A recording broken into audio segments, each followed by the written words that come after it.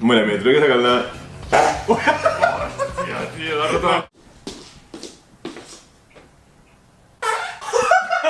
Vaya mierda, pero tío, No tengo mucha hambre, así que acompáñame. Hacemos unos cuantos movimientos y nos comemos el bocadillo. ¿Habéis escuchado eso? ¡Ay, Dios!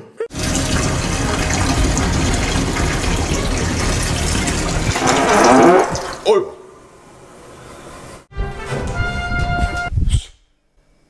Aquí está mi último. Aquí está. ¿Escucharon ese reempálago? Otro bol. ¿Qué ruido hace? ¿Has visto, tío? Mire. La que llevo ya ingerida. O la que voy a ingerir. Te la voy a poner en tu cara, ¿vale? Vale, son 15.000.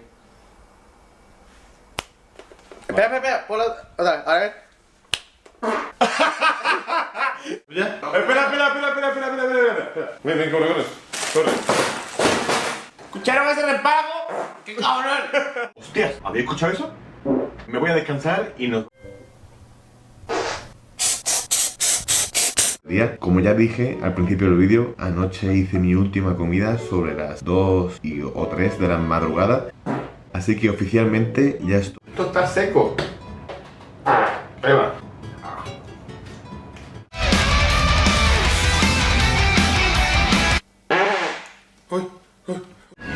¿Esa estrella?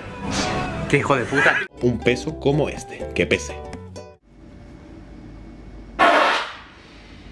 ¡Mano, tía! En el principal, en el secundario...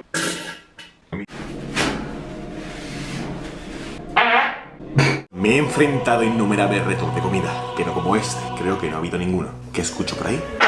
Ya tengo aquí... ¡Ay, Dios! ¡Arráncalo todo! ¡Vamos ahí! Lo que tú quieras. Y como siempre digo, un beso, un abrazo y nos vemos en el siguiente vídeo.